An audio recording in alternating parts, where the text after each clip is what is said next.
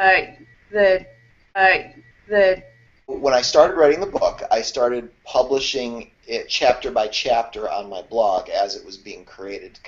I like pulling people in to the process as it's unfolding. But I would always read the chapters to Zach before I published them, and I would ask him three questions. What did you like about the chapter? What didn't you like about the chapter? And on a scale of 1 to 10, could you rank the chapter for me? And those were the questions I would always post after Zach reviewed it. And so that was fun. It produced for some interesting results.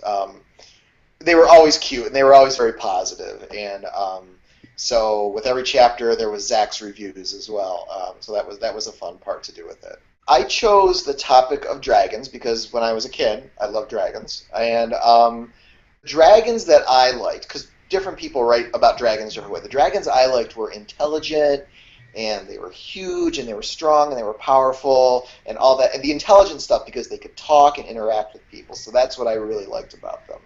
I'm going to confess that the only dragon I knew as a kid was Puff, the magic. He was a magic dragon, yeah. So, but I know there's tons of dragon stories out there about knights and swords and sorcery and wizards. So I want to know how I could make it different. And so I thought, well, let's bring dragons back now in the 21st century and see what kind of chaos evolves after that. So that was the premise of the story. Your main character, Jason, he's got some 21st century problems too, right, that he's struggling with. Right. When I wrote the human characters, I really wanted to make them as real as possible. And we all have stuff in our lives that I didn't want to make him just, like a sanitized teenager. A kid with real problems, and maybe he doesn't fit in very well. And that's where I came with to kind of create Jason. I kind of drew on some of my own high school experiences when I created Jason. So that's what put him together. So you've had some good reviews from the process? I have. I've had people who have read it already post reviews on Amazon. And then part of the self-publishing package that I purchased was to send the book to Kirkus Independent Reviews. Okay. So that just came out this week. And it was a pretty positive review. I was really happy with what I heard back from them. Tell us about the artwork, too. The cover art. The cover art was so cool, how that came to be. So I was struggling with, as I was going through the publishing process, what to do with the cover. Because, no matter what they say on TV, people do judge a book by its cover. Yeah. So, I just put out a note there on the blog and I think on the Facebook page saying, hey, I'm looking to do this. And one of the gentlemen who backed me in the Kickstarter campaign to fund the publishing, he actually is from around where I live now. He used to go to the church that we both used to go to. Yeah. And his daughter lives in New Mexico, and she's an artist, so he gave me her info.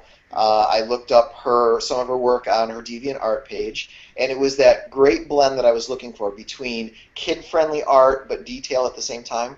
Mm-hmm. So we started corresponding, and we got some preliminary drafts out there, and we found a design we liked, and she went with it, and I'm really pleased with it. I'm looking at the book right now as we're talking. I'm really pleased with what came up. I've made it into a T-shirt. I've made it into business cards. And actually, her illustration was the first illustration I've had of Jason. So I was like, oh, there's Jason. That's exactly what I want him to look like. So that was great. Perfect. Yeah. Okay, so I asked you to read an excerpt to us. You want to tell us a little bit how you chose the excerpt, or give us some background? Sure. The excerpt is actually the one that the reviewer from Kirkus mentions in their review that they really enjoyed. It occurs later in the book.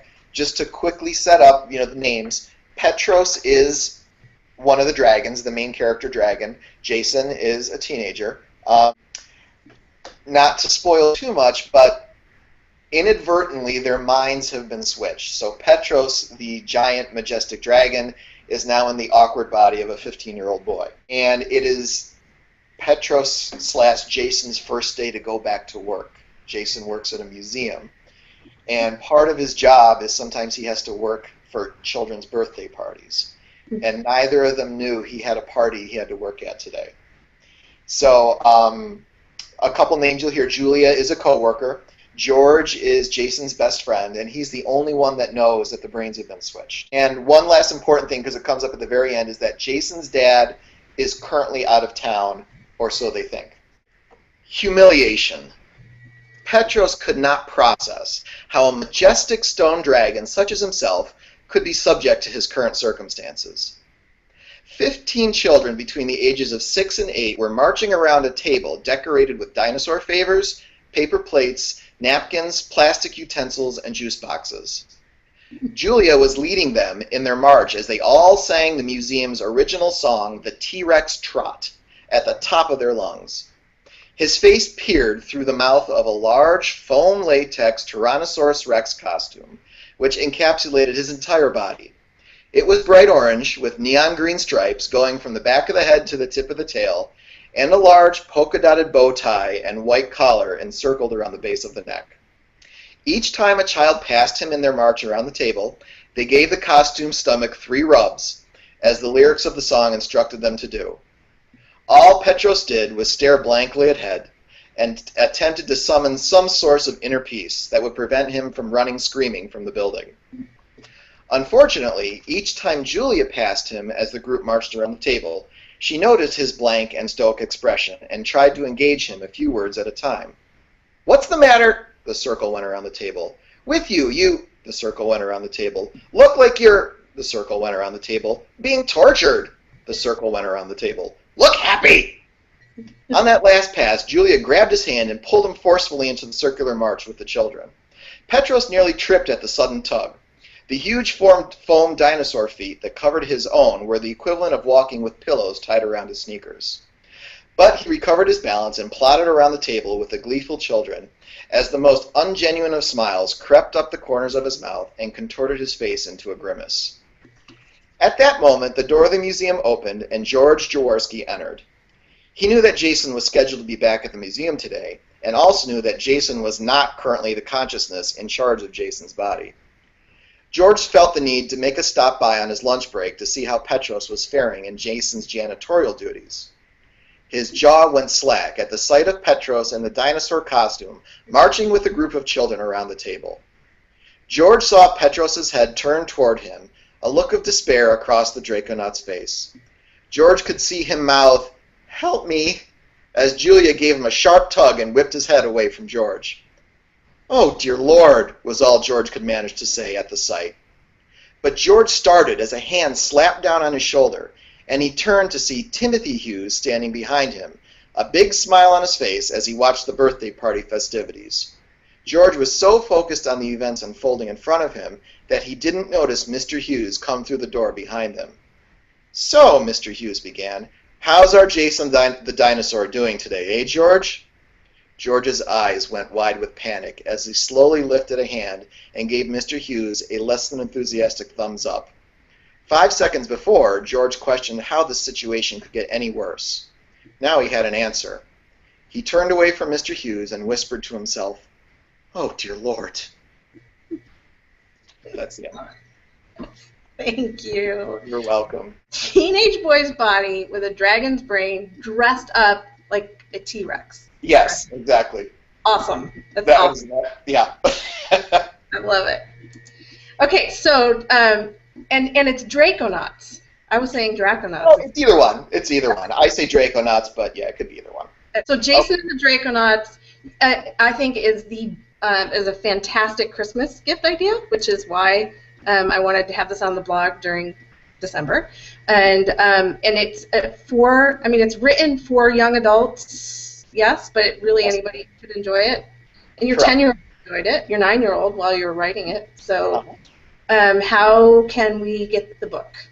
Sure. You can go to Amazon.com, search for the book title. You can get it in paperback for $12.95.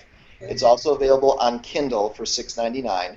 And there's another website called createspace.com where you can purchase the book in paperback as well. Perfect. And you have a web page, right, for the book too? I have a Facebook page where you can go and get all the updates. I am also on Twitter at Paul D. Smith 4321. Okay. And if you go to the Facebook page, it can also link you back to the blog. about the book as well. Perfect. Thank you, Paul, so much. Thank you for having me. This was great. This Yeah, was awesome. I can't wait. Can't wait to get my copy. All right. Have a good day and say hi to your family. I will definitely. Thank you so much. All right. Bye, Paul. Bye-bye.